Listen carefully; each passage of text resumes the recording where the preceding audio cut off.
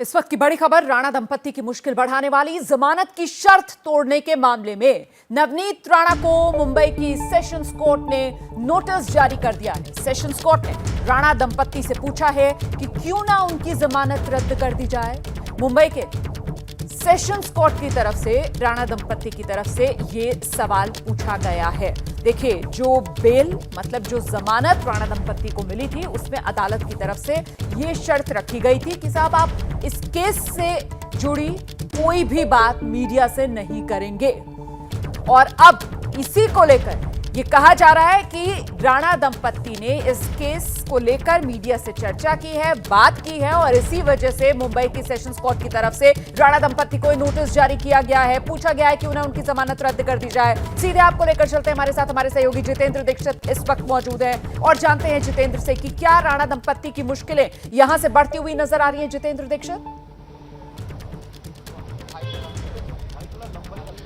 देखिए, जाहिर तौर पर अभी सेशंस कोर्ट के जज राहुल रोकड़े ने नोटिस जारी कर दिया है राणा दंपत्ति को और उस नोटिस के जरिए ये पूछा गया है कि जो दलीलें जो है सरकारी पक्ष की ओर से रखी गई हैं कि उनकी जमानत को रद्द कर दिया जाए, तो जमानत क्यों ना खारिज की जाए, जमानत क्यों ना रद्द कर दी जाए, इसको लेकर उनसे जवाब मांगा गया है। और मैं आपको बता दूं, आज जो अदालत में हियरिंग हुई उसमें सरकारी पक्ष की ओर से जो स्पेशल पब्लिक प्रोसिक्यूटर हैं प्रदीप घरात, उन्होंने ये बात रखी कि जिन शर्तों के तहत जमानत दी गई थी उनमें से एक अहम शर्त ये थी कि ये राणा दंपत्ति मीडिया से बातचीत नहीं करेंगे। लेकिन जेल से बाहर निकलते ही इन्होंने मीडिया से बातचीत करनी शुरू कर दी, ठाकरे सरकार के खिलाफ बोलना शुरू कर दिया, उद्धव ठाकरे के खिलाफ बयानबाजी करनी शुरू कर दी और फिर से कहा कि हनुमान चालीसा का पाठ करेंगे और कई ऐसी बातें उन्होंने कही जिनसे कि जमानत की शर्तों का उल्लंघन होता है। कब तक जवाब देना है राणा दंपत्ति को इस मामले में? और अगर राणा दंपत्ति के जवाब से अदालत संतुष्ट नहीं होगी तो क्या गिरफ्तारी दोबारा से मुमकिन है?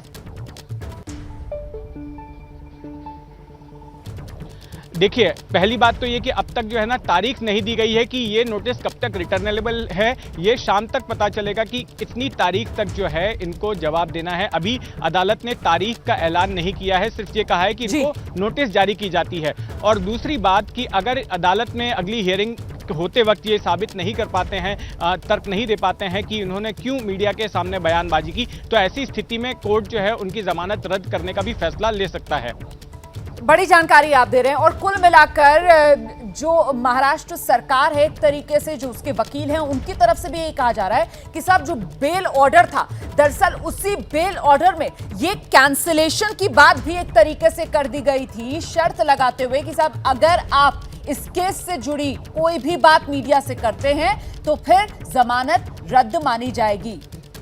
जितेंद्र,